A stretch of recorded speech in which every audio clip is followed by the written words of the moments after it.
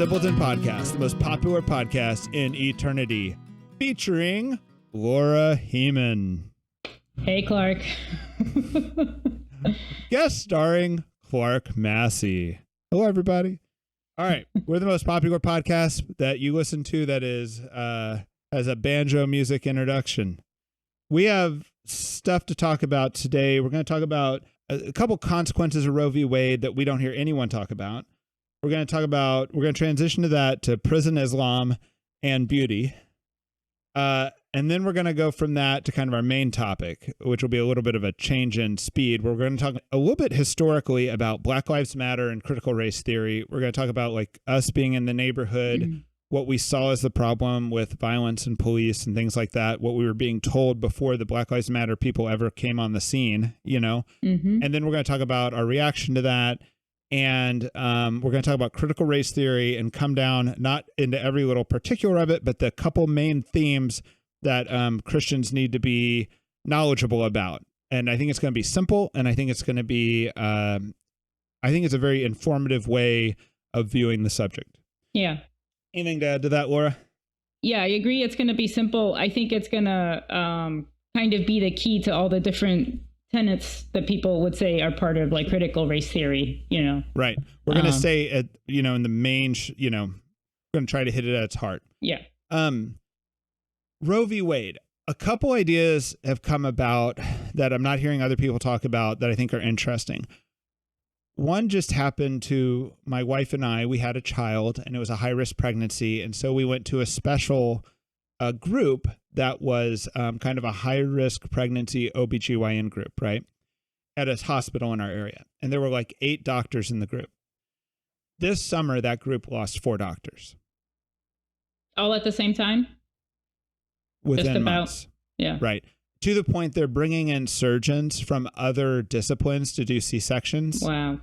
Because they have too much work and they just lost half their staff. Wow. You know, that's just interesting. It's not like they're saying, oh, hey, 4 doctors quit in protest due to the Missouri becoming a pro-life state.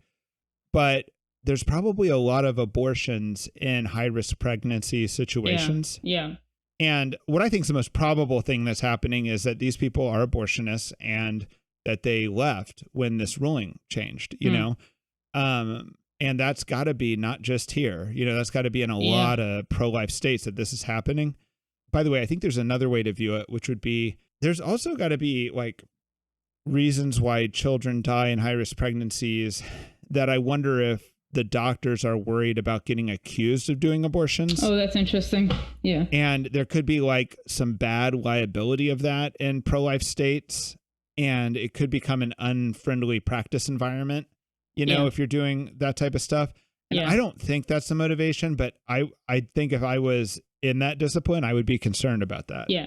I think if you or your spouse or you're not married, like if you haven't had a baby, you might be surprised how many times like abortion is offered to you when you're pregnant. Even in like a pregnancy where like everyone is healthy and baby is wanted, like less so. But and then if there's like if you're an older mom or there's any slight deviation in the ultrasound, then it's like, doesn't stop. And you get offered abortion multiple times, right? Yeah. Like we kind of didn't want to do the suggested genetic testing just because we know that's mainly an avenue to offer us an abortion. And it's like, well, it's interesting because like people will sometimes not want to know the gender of the baby or the sex of the baby and have it be a surprise, right? Yeah. Well, the big surprise is going to be like, is your baby disabled? Yeah. Yeah. Like that's kind of do you want to know that before you have a baby? Yeah.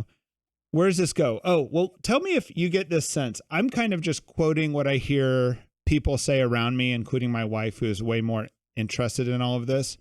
I've gotten the impression that like here in Kansas City, that there aren't that many Catholic OBGYN doctors because you can't literally go through the training to become a doctor like that without doing abortions. Therefore, Catholics don't become that type of doctor, right? But Catholics are are basically using the services of OBGYN doctors a lot, so when a Catholic doctor is an OBGYN doctor, maybe they were trained before Roe v. Wade or something, they get a ton of work. people travel distances. Like we had to have I know people who've gone, to other metropolitan areas to seek out pro-life help with fertility issues, right? Same here. Yeah. Right. Like so you drive up to Pennsylvania or yeah. Mm-hmm. Right. And I think right now we should be encouraging young people to become OBGYN doctors. Like just go to a pro-life state or a pro-life state school, state school and pro-life state. Yeah. And you can get through that program now and we could have a wave of Catholic doctors. Yeah. Is that your impression that that's a big problem? Because I think part of this returning to midwives that you see a lot of, which I think is fine, is partly due to a lack of good OBGYN doctors. I never thought about it in that sense. I just thought that it must be like, Catholics who want to be doctors is a low number. And I think I hadn't really thought about that very obvious thing. It's very hard to become an OB without doing anything that is like morally problematic. I feel like there's probably people in our audience who know more about this than we do. And I'd love to hear your comments. Yeah. Now let's go to the second point. So it's already gotten to a point in our society where you rarely see someone with Down syndrome, right? Even in my own lifetime, I remember seeing more of it when I was a kid than I do now, right? And I think what's going to happen as a consequence of the repeal of Roe v. Wade is that 10 years from now, you're going to go to like a pro-life state and you're going to see more disabled kids. You're going to see more kids with Down syndrome, right? And that's going to be just a consequence, but it's also going to be very interesting to see how society at large reacts to that, right? Yeah. Like right now, like the pro-life states tend to be the more rural states or the more Republican states, and they're already kind of the butt of jokes. Yep. And it's going to be interesting to see how comedy handles it and things like that when people actually leave a state like a California or New York, show up in a, Iowa, and are like, I don't know if Iowa's pro-life. I know Missouri is, so I'll use Missouri. And be like kind of shocked because I think it's going to be, I think people are going to be taken aback. Yeah. I think that's going to be an interesting consequence of this. And the direction I want to take that in is, I think this idea of the world being saved by beauty is this, like, do you go to that state and like, I have a disabled child and I find it very beautiful, and I think some of our friends do too. Do you see the beauty in it or do you see the horror, or the ugliness, and I think it'll be a little bit like, Catholic families and non-Catholic families. And I also think, I'm also concerned about resource allocation with this too. So what I mean by that is like one time I was sitting down and kind of having a moment and like two couples walked in, right? And one couple really looked great. Like they looked like what you're kind of supposed to be on Instagram a little bit. Like the dude was very muscular. This is in the early 2000s. And he had like a shaved head and he was very, very strong looking, but he also had on this like polo shirt with like the collar popped. Which was like, wasn't even a look back then really, but he was pulling it off. No, that was look. That was a look. The popped collar. That was a whole thing. Yeah. That was like a frat kid thing maybe, but this guy was like 28 or something. No, like that it was a whole thing. You're not remembering. Okay, right. Well, you he never was participated in the pink shirt with the pop collar. So yeah. How'd you know the color? That's great. All right. So yes, that's it. So, and then his like, female companion, I assume not married, came in and was like advertising her femininity by the way she packaged her body, and like looked very sexual. Yeah. Right. Okay. Yeah. And he looked kind of sexy too. Right. And then this other couple came in and they had like 5 kids, right? And none of the hair on the kids was quite right. It all could have been a homegrown haircut. They were a little bit ragged. And the first couple that came in looked tired. And they looked tired because they looked like they'd probably been clubbing the night before. Yeah. Right? And the next family that comes in looks tired too, but they look tired because they had to get 5 kids up and going. Yeah. And I remember just sitting there and becoming very edified and seeing the beauty in the family and seeing how like that family was sexier than this other family. Right.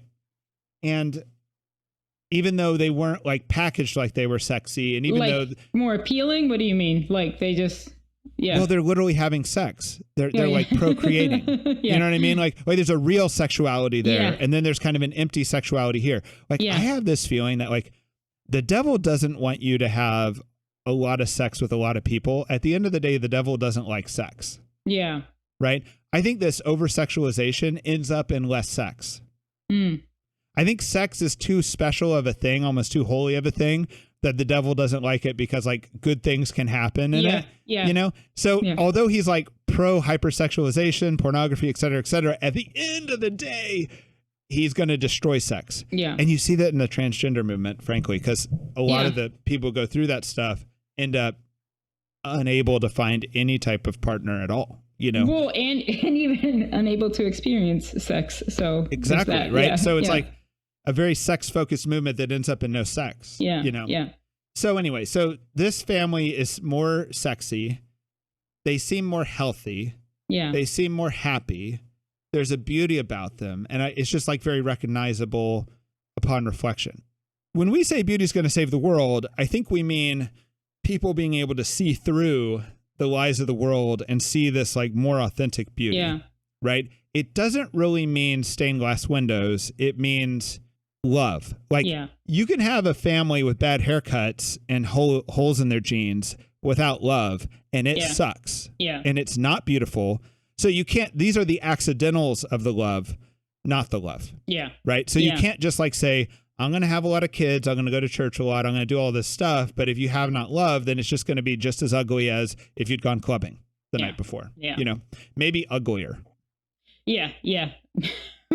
Yeah. When it's a lot of dysfunctional relationships. Yeah. Right. And you also see there's like a poverty that goes with it. Like when people are being open to life and stuff like that, you're just not as wealthy as when you're like self-serving and just maximizing wealth. Yeah. And, there's a beauty in that too, but once again, it's an accidental, not the core. Yeah. You know? Okay. You ready to transition again? I know that these thoughts are hard to string together. But yeah. So you and I have known people who went to prison and came out the other end Islamic. Yep. Right? Yep. And I've also known some Islamic people, particularly, I think if you listen to like some real old podcasts we did, we talk about Connie Grimes. Yeah. Who was a Catholic worker who died, but she was a huge friend of the Islamic community. And through her, I met a lot of like Islamic immigrants. Right. And in particular, I used to like walk into this cafe and they would just feed me for free just because I knew Connie, you know, Catholic worker. That's right. Cool. Yeah. And this guy was Ethiopian and they hated prison Islam because like guys would come out of prison and want to go to all these Islamic cafes. And these guys are like, man, we share nothing with these guys. Yeah. Yeah. Yeah. You know, and but like I know that when we met like these guys who we knew from the street who went in to prison and got Islam, it was kind of positive. Yeah. And it was positive because you had this kid without a dad who had no code in life, no structure. Yeah. And he'd kind of been put through this little boot camp with a code that was prison Islam, right? Yeah. It said, here's what women do. Here's what men do. Here's your job. You don't drink. You don't do this. Boom. You know? Yeah. I just want to say the means to getting these guys to become like the converting is kind of maybe manipulative, right? But yeah, exactly. It's like the two things that I saw, it's like you get a code and you get brotherhood, which is also interesting about gangs, you know? Right. Yeah. Right. And as a missionary, I'm like, well, shoot, Christianity can kick your butt if you want it to. Yeah. But because we've soft pedaled morality so much, we weren't able to offer these guys a code, even though they were very familiar with Christians. Yeah. They'd never seen it as like a hardcore thing they could apply themselves to. Right. You know? Right. And so it kind of was pointing at a failure of our own like evangelization and religion that they were becoming prison Islam. Right. But by the way, just for everyone who doesn't know this, like I've been like in the post office in Southeast DC and women will walk in with burqas. Yeah. And you're like, oh, did some like Afghani refugees come in and they're wearing their burqas? And then you start hearing these women cuss like sailors and you're like, and you see their nails. Right. These are just ladies from Southeast DC who like, you probably married some guy who was prison Islam and they decided to max out and go burqa, you know? Yeah. And it's interesting and kind of funny, but, So there's this need for a code. And I kind of think that that's also why we're seeing this great moment of traditional Latin Mass Catholicism, is because it has kind of like kept the code. Yeah. You know, whereas kind of the more mainstream Catholicism hasn't emphasized like, hey, it needs to be hardcore. There needs to be hardcore morality. You have to make these sacrifices. You got to have, you know, it's like they've kind of like more stuck to the code, and we're hungry for the code. And that's why it's very attractive. Yeah. Yeah. You know? And maybe there's been like an over accommodation and an over nuancing, you know, where it's just like, is it or is it not, you know? I think there definitely has been. I've been listening to some guys who I kind of admire because of what they do politically, but they're also traditional Latin Mass guys. And I was listening to them and I was thinking, you have more than the average person realized how off track this like radical progressivism is. And it's like good for you, right? And then you've also realized that Catholicism had something in it far beyond what society ever told you it did. Like good for you, right? Yeah. And then you also think Catholicism might be the antidote for what you see as going wrong. Also not a bad conclusion, right? And then they see within Catholicism, the traditional Latin Mass as the most perfect, like, tradition to counter the problem that we have, I believe, you know, and I don't want to trivialize their spirituality to say there's not saying authentically, deeply spiritual there, but like, there's also this, like, it fits really well right now. Right. Yeah. And when I think of that, I think like, I kind of keep thinking every logical step in their, like, why they like are both kind of right on and then ended up in the traditional Latin Mass. I think yes. Right. Like I would kind of like all the little decisions they make. Yeah. But at the end of the day, what I want is I want the church fathers. I want scripture. I want the dynamite of Christ to be fully exposed. I think that Vatican II was designed to do that. I think the vernacular was designed to do that. And I think that what we have here is trappings, you know, like you have accidentals. I don't ever see a church father saying that the more piously you receive communion, that'll make you a saint. Right. You know, like you should piously receive communion. Like that's like not in debate, you know. Yeah. But like that is not the sinner. The sinner is love. Yeah. You know? Yeah. And the trappings can be a distraction, you know, like.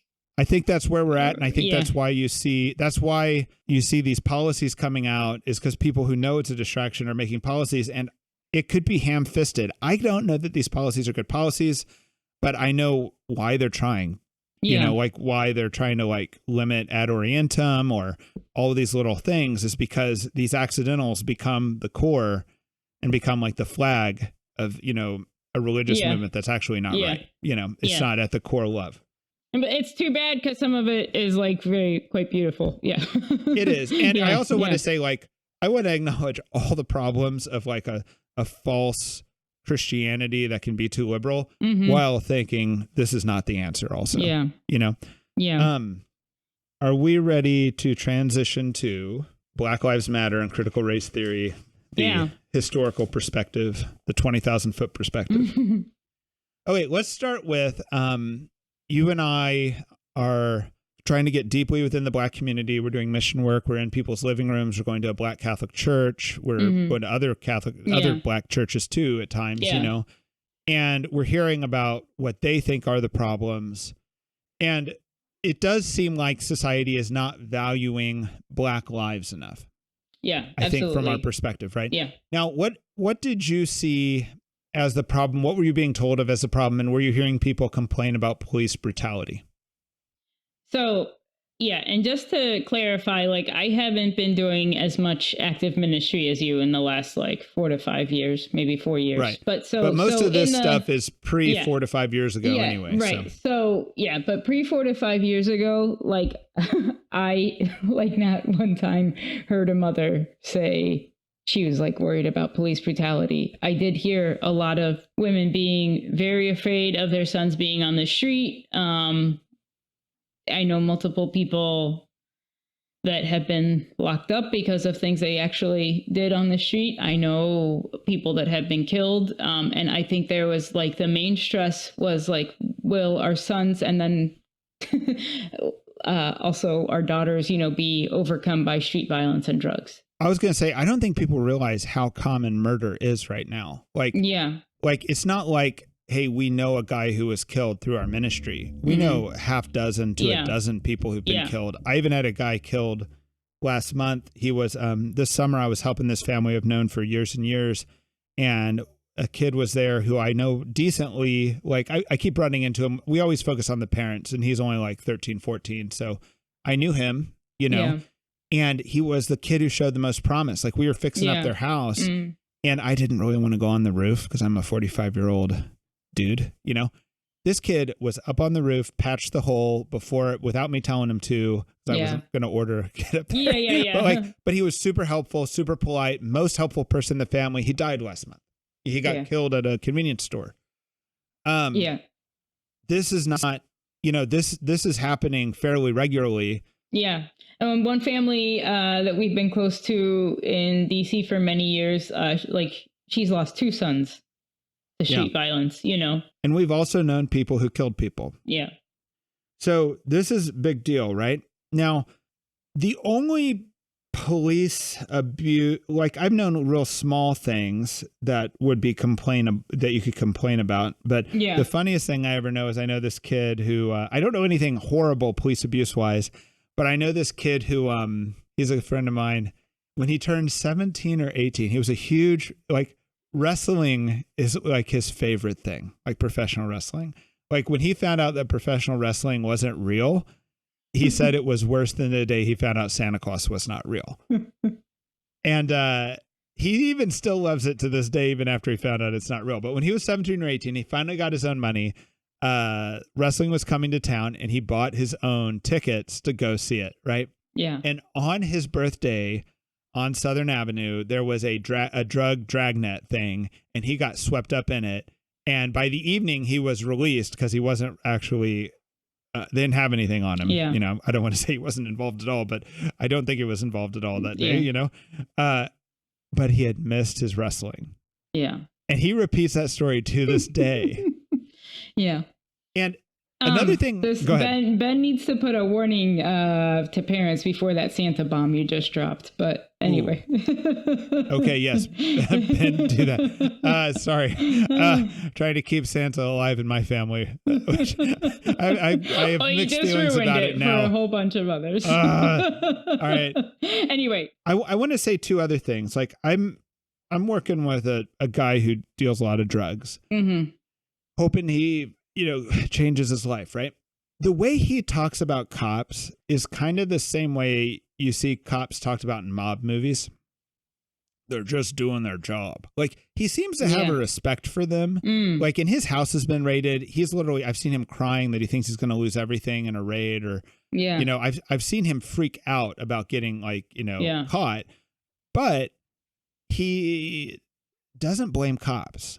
You know, and I found that when I was like talking to moms and stuff, and I'd be like, well, you know, something bad would have happened in the neighborhood. I'd be like, well, you're going to call the cops? And they'd be like, no. And I'd be like, well, why not? And they always had a problem articulating why not. They didn't say why not because they were afraid of people getting beaten. Yeah. Yeah. They weren't afraid of, they never mentioned racism as a reason. They never mentioned police brutality as a reason. Yeah. And I think a little bit of it is the snitches get stitches idea, but I don't think that was the major thing, because I think there were times where they could have easily anonymously reported things and gotten away with it. I sensed that it was something like they felt like this is an eternal problem. This is our neighborhood's problem. This is our family's problem. This is not their problem. Like they're the other, and we want to. They also could be just that it was a big economy. You know, like they knew that, like, if you ended drug dealing in their neighborhood, there was going to be a lot of people with less money. Yeah. You know, so I always thought that was interesting, like why they wouldn't report. But then there were certain things they would report. Like it wasn't that they never reported any crimes to the police. It wasn't that they never worked with the police. Like if a little girl was shot, like in a drive-by, like by accident, everyone reported to the police. Yeah. It was like if young men had a shootout, like kind of like almost like a duel between equals, you know, and someone was killed, they kind of wouldn't cooperate. But like if an innocent was killed or a grandma was killed or something like that, they were like all about justice and all about the police throwing the book at them, you know? Yeah. So somewhere in that mystery is the answer is part of the answer to why the police in these neighborhoods are not always working together. Yeah. And I think like there was sometimes an antagonism that I don't totally understand. Like I would see, back when young people posted things on Facebook, they would post videos of like a policeman getting beat up by a group of boys in the neighborhood, on Southern Ave or whatever. I kind of think that is an antagonism because clearly the young boys are doing some stuff the police don't want them to do. And so there's an antagonism there, but there's also, that's like a huge flex for any kid. Yeah. If you get away with that, you've really impressed a lot of kids and right. on the street, like violence is your kind of capital. Yeah, no, but right. And I think it's like interesting when, I don't know, like it's like we talk like all these like police are just going around, brutalizing, inner city children or whatever.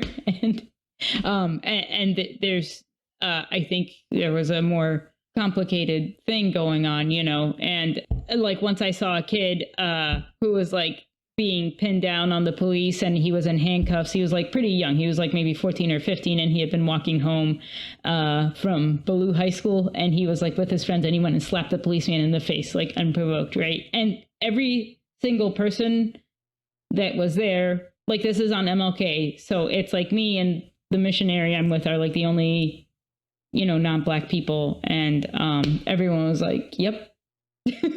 So he deserves it, yeah. What's kind of interesting, I think, to some people who listen to what we're saying is that they will have heard Black people from the inner city say that it's a huge problem, and it could be all I have is my own personal experience, and I have statistics, right? Yeah. The statistics don't seem to bear out that it's a huge problem, and my personal experience doesn't, but that doesn't mean that it's not possible that in certain precincts, in certain cities, it is, Yeah. But the other thing is that I think people need to know is sometimes there's an inward and outward dialogue. Yeah. So if you go to a Black church or go into someone's living room, you're going to hear the inward dialogue in that community about what they think the problem is. Yeah. Right. I never heard it focus on police brutality. I heard it focus on breaking down of families, things that I think are quite true. I think they were on target with their critiques, street violence, schools being a problem, although they don't complain about schools enough in my mind. I think schools are a bigger problem than they're recognizing because I don't think their value in the inner city, the education is just not valued. The people aren't even sending their kids to school 30 days of the year. They're basically giving their kids disabilities, and that's a community, but they're tackling it like it's a cultural problem, not like it's a systemic problem put on them. Mm-hmm. But then when they talk outside their community, they're speaking the language that motivates, that serves, that will get people fired up, that will get programs to happen, that will get that. And I saw this also, the first time I saw this was in the Palestinian community. I don't want to piss anyone off with this, but I've been to Israel a few times and I kind of have this weird kind of immature love for Arabs. It's from watching Lawrence of Arabia and just consuming these different things where I just Bedouins are the coolest thing to me. Yeah. Anyway, I would you'd get invited for tea at these Arab shops in Israel, and when they invite an American for tea, you go to the back room, you have tea with this guy. And he honestly never tried to sell me anything. It was always the best hospitality. That's part of the Arab culture, which I think is really cool. Yeah. And they would try to explain to you why this is Palestine and why it's important that they get their independence. Yeah. And I would talk to them, right? And the message, I would push back a little bit. I'd be like, well, before the Jewish state, there was the English state. And they're like, yeah, that sucked too. And I go, well, before the English state, it wasn't like you had independence. It was the Ottoman Empire. You were like a colony. Yeah. And they were like, yeah, that was good though. And I'd be like, well, why? Because it's still the language of a foreign oppressor, right? The Ottomans are Turks and they don't view Arabs quite in the same way. But they were like, yes, but it was Islamic, right? Mm.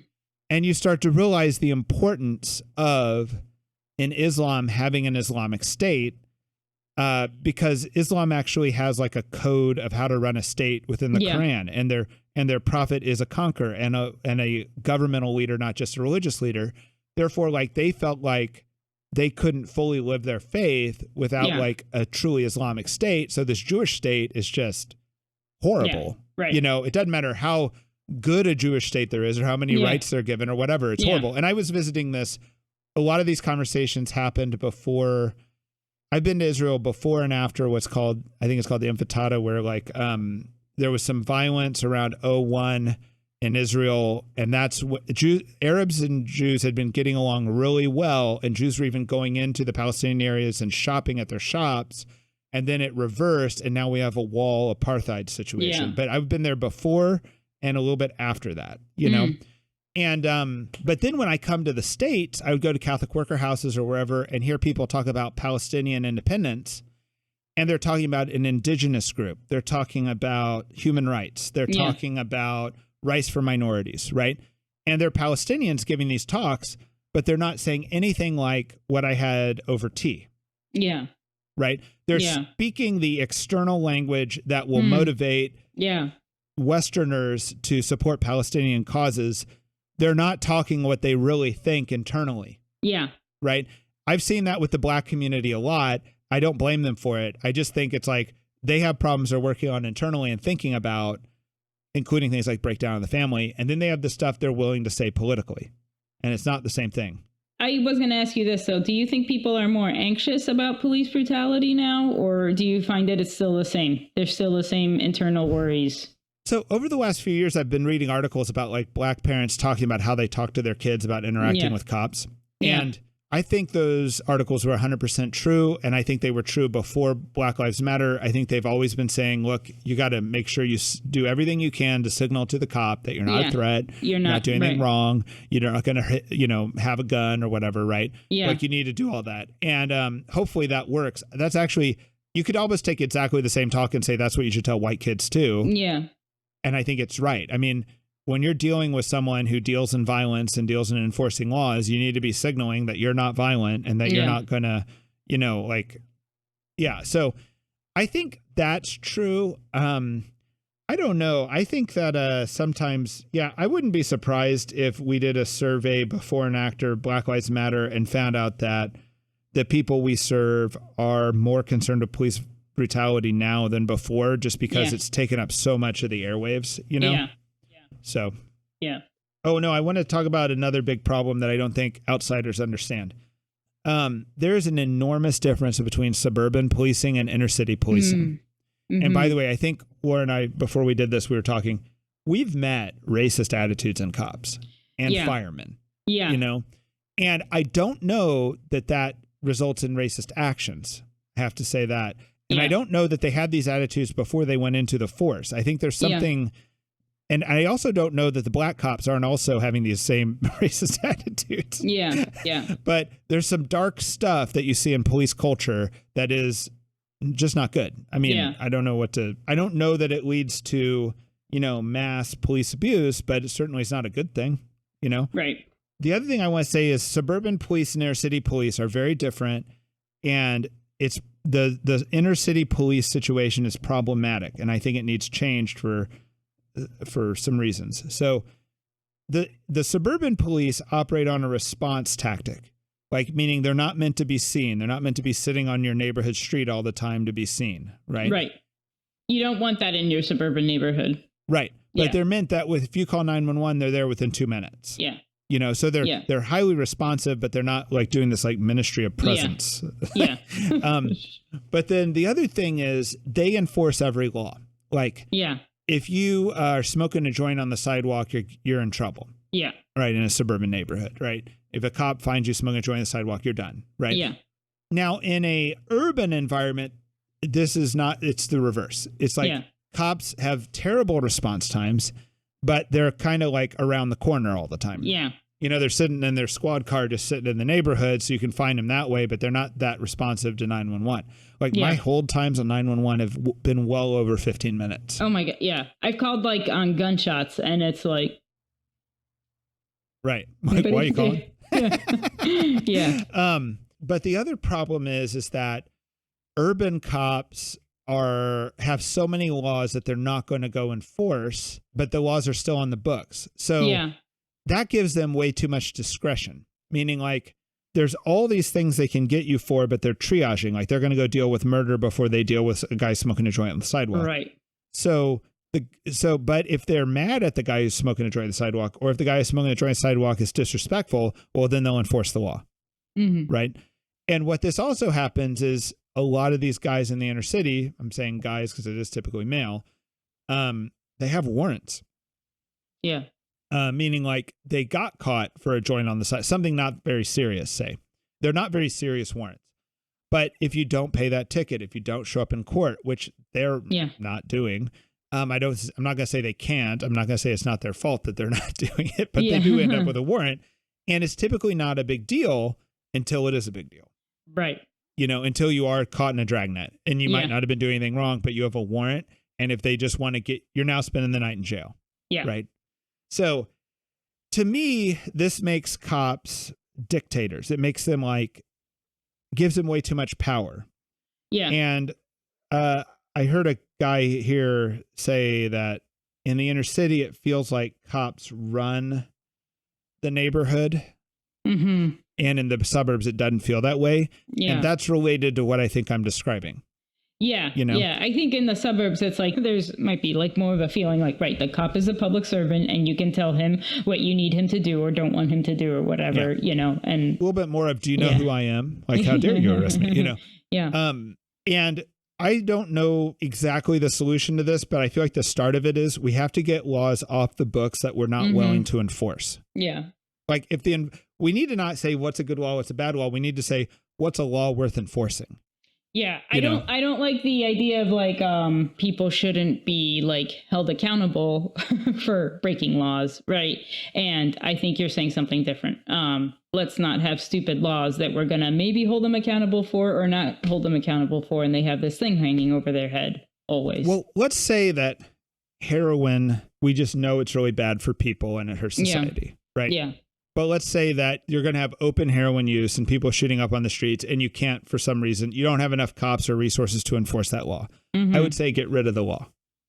Ooh. Even though it's like kind of a good law if you could enforce it. But if you don't have the resources to enforce it, just don't make it a law, because that creates a dynamic where one person has power over another person with a lot of discretion. And I think that's a negative power dynamic.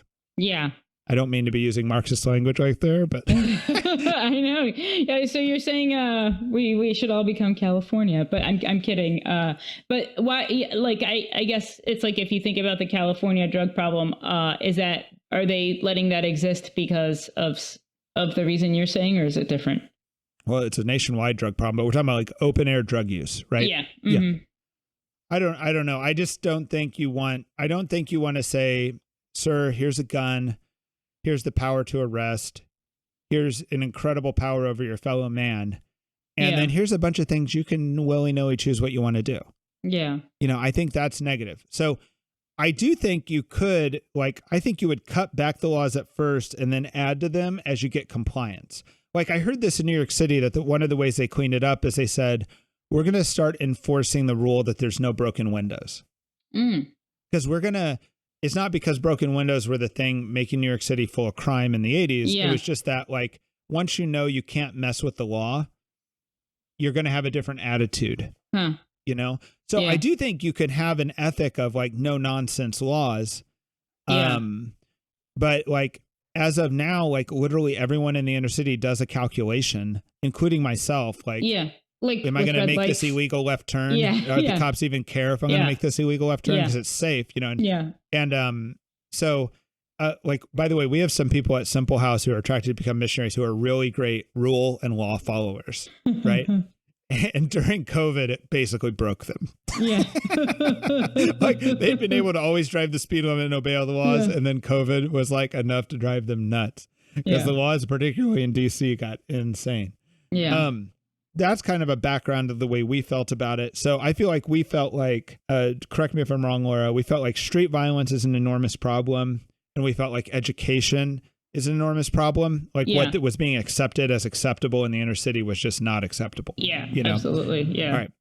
And then comes Colin Kapernick, who was very interesting. Yeah. Right. And what was your initial reaction to Colin? Oh, I was so proud of him. Good for him. I know. I thought it was great. I thought he was doing something like meaningful and against the grain and hard, and he was putting a career he'd worked hard for, like potentially on the line, it seemed, almost right away. And I really respected him for it. And I thought he was great. And I was like proud and admired him. I thought the critique of like him insulting patriotism wasn't valid.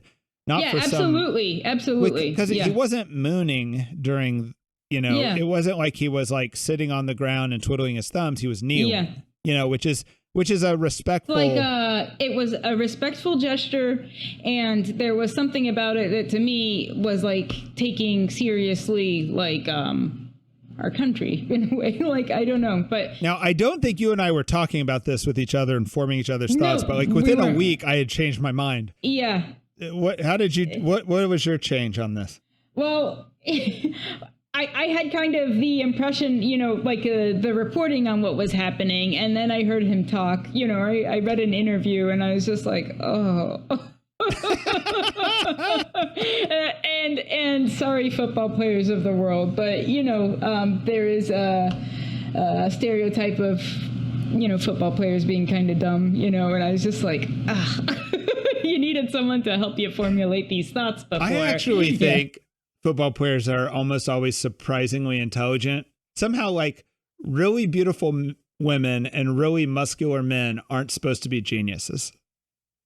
Like there's supposed to be like some like weird fairness there that you don't get to be super, athlete. Well, it takes some intelligence to achieve that, but I don't know. I actually think NFL linemen and NFL quarterbacks, for some reason, whenever I hear them talk, I'm like, that guy's really intelligent. The quarterback has to be smart, right? Colin Kaepernick is a quarterback, right? Yeah. So he's smart, but it's kind of like he wasn't. It almost felt like he was being manipulated a little bit, but that wasn't what turned me off. There was a specific thing, right? Go ahead. Yes, I was actually like listening to Sports Center, and they were like, we asked Colin how long he was going to kneel and what would it take to get him to get up, and he said, until things get better. Yeah. And I thought, oh no. Yeah. Like what? Yeah. That is that's like the worst. That's not an objective. Yeah. Like when are you're never going to get off your knee. Yeah. And I was like, oh, he's going to do this until he perceives like racism is over. Like, I don't understand, there's like no measurable thing. And I think it would have been a really powerful gesture if he would have said like, the San Francisco Police Department has a specific problem, and I am not going to get up off my knee until they address it in this specific way. Like measurable, achieve something. Like you could really achieve something that way. And too, even if he didn't prescribe the method, he could have just prescribed the goal, and then let them come up with the method. But I've also thought that the whole Black Lives Matter movement's been a little bit inauthentic in that they don't do a good job of prescribing methods to cure their problems. I think, I'm sorry, we can get into this more. I think their method is dismantle, which isn't like really a method. Yeah. Their method is blow up the system. Like this is a critique that's not my main critique, because my main critique is a critique of the critical race theory. But I think that when they were at their height, when so many people were coming out in peaceful protest at the very beginning, they could have raised as much money as they wanted, and they could have gone to any city in the nation and said, we're going to partner with you and your police force. Yeah, absolutely. And we're going to hire a bunch of people with 6-figure salaries, hire anyone you want for the next 10 years, and we're going to reform this place, right? Yeah. And by the end of our tenure of 5 years, 10 years, whatever the term was, you're going to see a decrease in this, a decrease in this, a decrease in this, and we're going to fix it, and then that'll be a model that all you guys can copy, And there was never that type of attitude. The attitude was kind of like, burn it down, it's corrupt, and then magically something great's going to come. Yeah. Doesn't seem like you even really want to fix the problem when that's your attitude. Yeah. I think there's a thing that I think like a lot of families that have been like their son or brother or whoever became poster childs for children for police brutality, like have felt burned by Black Lives Matters. Like all this money was raised in their name and like, nothing changed for them, And I think the Black Lives Matter did raise an amazing amount of money, and that never got down to Black Lives Matters, like local chapters or whatever. And so their method is just dismantling, and inserting kind of weird ideas into the culture, which doesn't need that much money, behind it. Right. My take is there's kind of a problem with this whole attitude, and Black Lives Matter is already, I think, kind of is just less and less relevant every day. Yeah. As an organization. Now, the ideas behind it are not less and less relevant, but the organization is. So we don't need to spend too much time worrying about the organization. But the thing about the Colin Kapernick, until things get better, it's like, let's say you believe we need to have prisons, right? Mm-hmm. Well, a prison involves someone with power locking somebody else up, right? And having power over them. That's just like inherent in what a prison is, right? If you were to say, I want to make it so that there's never a case of prisoner abuse, I would be like, you're high. You're like, this is insane. Yeah, you know what I mean? If you were to say, I want to cut prison abuse in half, I'd be like, good, let's talk about it. Yeah. Because like, as long as you have people with power over other people, there's going to be problems. There's going to be sin. You know, it's like saying I want to end people getting mad at each other. I want to end people competing. Yeah, right? It's utopian at the point that everyone should acknowledge it as dumb. Yeah. But I do think, like, obviously reducing prison abuse in a place where there's a lot of prison abuse is like a really good and necessary thing. Yeah. Prison abuse is a corollary for police abuse. Yeah. So with police abuse, it's like, how will you know if you've done a good job? Well, you could compare yourself to yourself. Like you could say, in 3 years, we're going to cut back on this and this and this. These are our goals. Yeah. Or you could compare yourself to other police forces around the world, or to historically what's happened, but you can't just say you're going to utopianly like get rid of police, like the defund the police idea, which was like, so, I mean, like everyone in the inner city I knew wanted more policing, not less. Yeah. And then the defund the police thing's happening, and I'm like, this is coming from someplace other than the people. Than people that don't have to deal with. I know. I wanted to be like, go defund your own police department. Don't defund mine. And the Black Lives Matter protests were backfiring because I'm sitting here living in an inner city police district, right? Yeah. And guess what? When there's a Black Lives Matter protest with a riot, burning things in my city. Yeah. If there's someone breaking into my house, do you think I'm going to get a police response? Right. And now my police force can't hire anyone. Like they have terrible time hiring and retaining any officers. Do you think I'm better? You think anybody, not just Clark, but like, do you think any of the blacks who live in my neighborhood are better off now? Yeah. It's a huge negative, right? Oh, wait, all of these critiques weren't really things we planned on doing. We wanted to get from this to critical race theory. You ready? Yep. Okay. I think that critical race theory, and more broadly Marxism, is something that feels very simple. Like they'll throw like, well, you're a racist at you, or they'll throw some simple critique at you.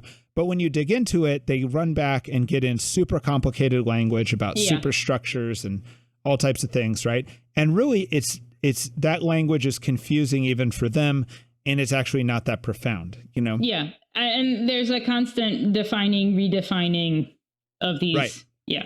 And these ideas are very powerful, and I think they're powerful for two reasons. One is going to be mind virus, which let's talk about that in a minute. But like, let's also talk about like the significance of Karl Marx, which is behind critical race theory, and Freud. They're not really related, but I like Freud because Freud has a lot of crazy theories, right? Like the oral stage, the anal stage, the anal fixation or whatever, right? Yeah. And we can talk about these theories and joke about them like Freud's irrelevant. Yeah. But in reality, Freud's the guy who made us all think the subconscious is very influential in your life. Yeah. So we've always known of the subconscious, but like whether or not you thought the subconscious was 10% of your mind or 90% of your mind was the question. And Freud kind of brought society to say, you are way more subconscious than you thought and less conscious than you thought. Yeah. And that's an enormously powerful point he made that most of us are accepting to this day, even if we've rejected all the funny little theories he had. Right. All right. Marx is kind of similar in that way, in that his ideas of power structure and his ideas of biases and rationality are very persuasive. They fit his initial argument about classism. They also fit you can be a gender theorist who uses these ideas. You can be a race theorist who uses these ideas. You could talk about disabled people and use these ideas. You can use this idea about fat people if you want. You even see that, but like it's all about power structure and the limitations of rationality and bias, right? It's also weird because we're not inventing this term. It's kind of a mind virus. Yeah. How would you describe a mind virus? Well, it's like so a virus makes you sick, right? So I would say a mind virus is an idea that you can kind of catch that doesn't serve you well or makes you kind of think weirdly or wrongly or in a way that, makes you unwell.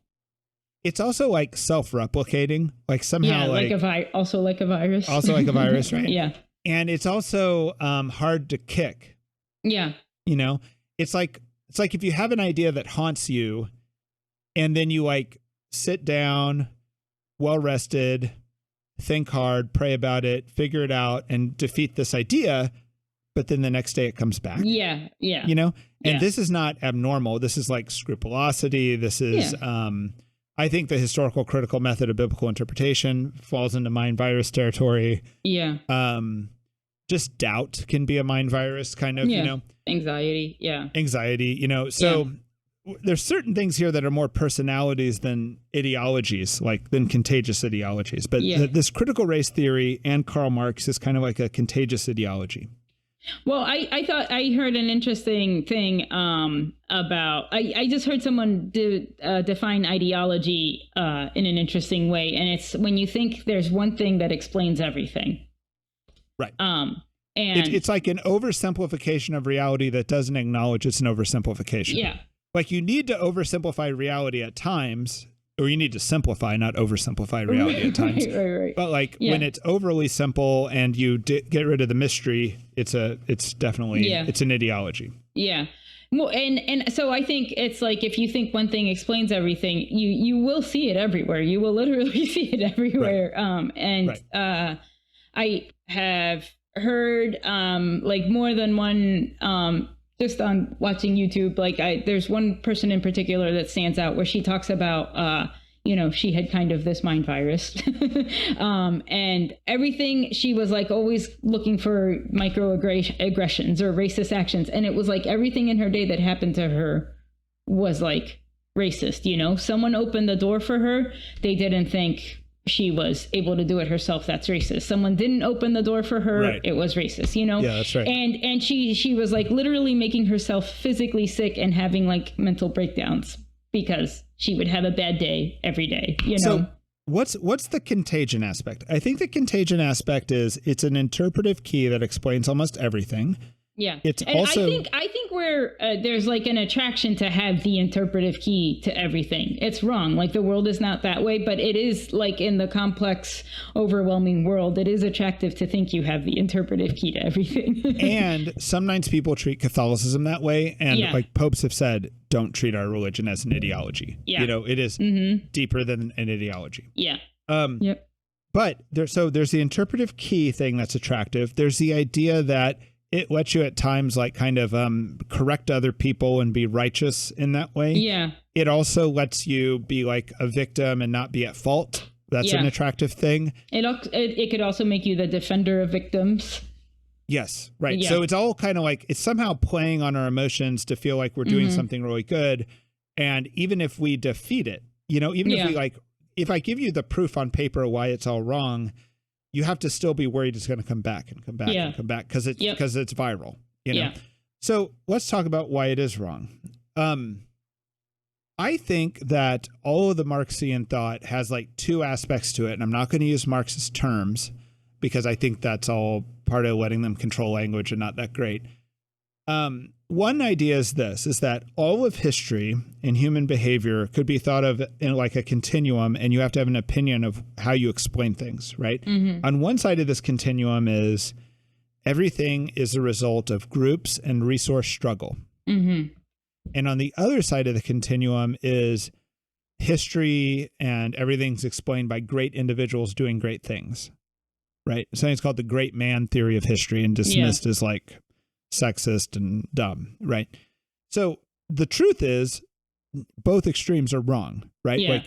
Like as a Christian, you have to believe that great individuals matter. Otherwise, how can we say Jesus is the center of history? Yeah. Right. And we also think that St. Francis and the saints and different people have done very significant things in our history and mattered. Right. Yeah. I also like to think of like the Revolutionary War and the War of 1812. Like we fought the British Empire twice with radically different outcomes. Yeah. You know, and it just was a matter of timing.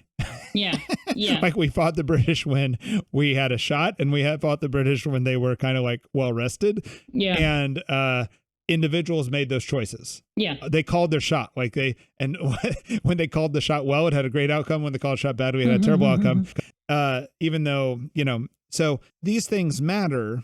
Both the individual and the groups and the resources matter. Mm-hmm. I've been reading a lot about World War II, and like some of the articles you read are like World War II was always a predetermined outcome because of population sizes and because of production capacity and resources. And it makes a lot of sense. It's very persuasive. And then other times it's like World War II hung in the balance in these couple moments. And because of the action of these individuals who were kind of heroic, we prevailed. Yeah. Right. And both can kind of be true. What the problem is when you think only one is, when you're radically on one side of the spectrum or the other. It would be insane to think that like a tiny army could beat a huge empire or whatever, you know. Right. Yeah, but that you don't have to try to beat your opponent because you have more resources would be the other conclusion, Right. And small armies have prevailed at times. And small armies, exactly. The thing that Marx is doing is he's doing like this kind of scientific historicalism, and he's saying that the whole engine of history is group struggle. Yeah. And it's based on resources, and it's based on power struggle with groups, and he's dismissing the individual. He's dismissing the Christ, he's dismissing the St. Francis, he's dismissing the great general, he's dismissing Abraham Lincoln, he's dismissing Martin Luther King. Ultimately, Martin Luther King is the enemy of critical race theory. Right. Oh yeah. There's this other spectrum you have to have an opinion on too, that every rational person I believe is in the middle.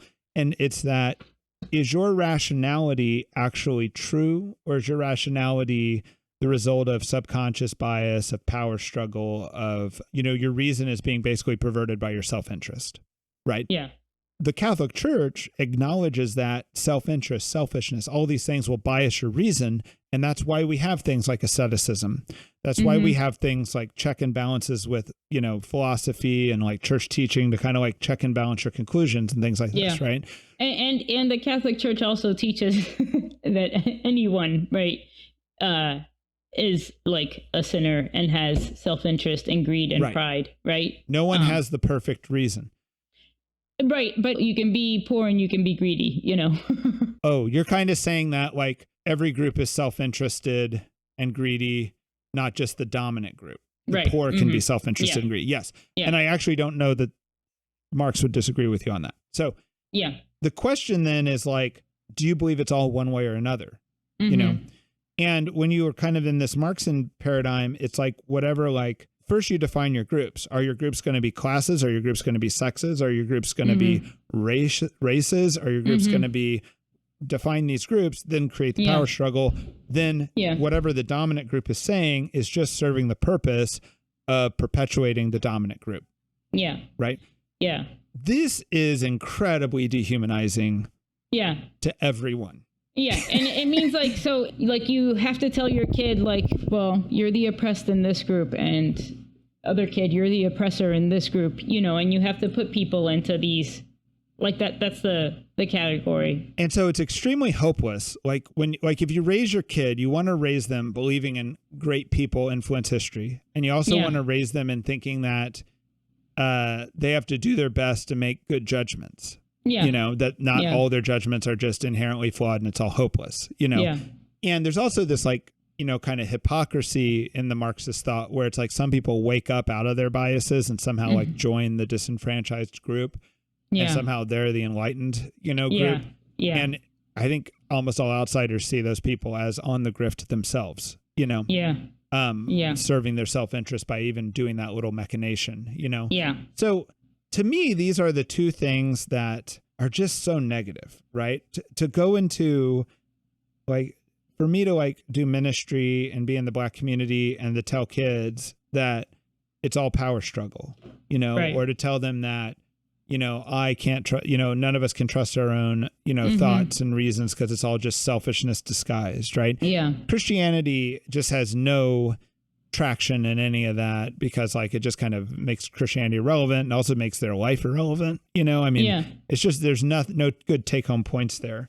So to me, like when Black Lives Matter identifies with critical race theory, they're selling out to something that we can never get behind. Yeah. You know, and I want to point out something here. Anyone who like looks at this will see what a cool rhetorical device this is, right? Like part of the mind virus thing is that this is like, it's hard to defeat anyone in an argument if they think this way. And they always sound like they know better and they're being more reasonable because they know that reason's corrupt and they know that that groups and resources are what really determine history. And you're naive because you think, you know, a great person had an influence or a hero had an influence, right? But this very thing that this rhetoric works, this is where I first heard of this. I heard about this in the debate world in the 90s, right? Like a lot of people say critical race theory originated in law schools in the 70s. It's been widespread for a long time. In the 90s, we were literally talking about it in debate because it's such an awesome rhetorical tool, right? And in the 90s, I remember, I think it was called, they would call it a critique. You'd go into a debate round and say, let's not talk about debate at all. Let's talk about debate as a subject. Why aren't there more Blacks here? Right? Yeah. And then Black debaters took this. And I think Louisville is who became famous for this, University of Louisville, started using it. And then I think some of those guys from Louisville transferred, but Emporia State ended up winning, even though they were doing this all the way in the 90s, they ended up winning the national championship in college debate. There's two national championships. They unified, I think, the championship for the first time using critical race theory, which I think allowed them to not debate the topic. Every single year they could argue all the same arguments because they didn't even have to address the topic that was chosen. I don't know. I hope for some people that like makes their mind wake up that this is like an awesome rhetorical tool. But like the debate world also like had this like anticlimactic moment because it was like, if these guys are right, now what? Like, do we just quit debating? Right. Or do we just spend all our time worried about minority involvement in debate? Or do we go back to talking about global warming again? You know what I mean? Yeah. Like, it's just kind of such a funny thing. Yeah. And I think it's like even bringing up some of the issues that we brought up at the beginning about like police violence and like schools. It's like people say like, well, you're just deflecting, you know? Right. And I think that when you and I were first talking about this, like right in the middle of when the riots, you know, and the protests were starting and things like this, Black Lives Matter, there's almost never been a truer statement. Yeah. And that statement needs said. I'm not saying it anymore because I don't like the group that co-opted it, you know, but it matters, I think, because of street violence. I think it matters because of the family. I think it matters because of education in the city that no one wants to touch because there's so much corruption there, you know? Yeah. And I don't know what to say beyond that, you know? And I think the Black community is smarter than this. Yeah. Like this is a problem coming out of academia, not a problem coming out of the urban core. Before we moved here to Hyattsville, like I never saw any Black Lives Matter signs in my neighborhood. That was like almost all Black except for our family. That's true in our city too. Yeah. It's the liberal white neighborhoods that have the Black Lives Matter signs, not the Black inner city neighborhoods. Anyway. Yeah. All right. Well, Laura, good to talk to you. Good to talk to you. I want to encourage everyone to like, share our videos, and let us know. Ben has a new project where he's releasing some clips from our videos. Saw that. So if you're watching our whole videos or listening, you don't need to worry about those clips because you've heard them all. But anyway. Yeah. Peace with everybody, and talk to you soon. All right. Bye, Clark.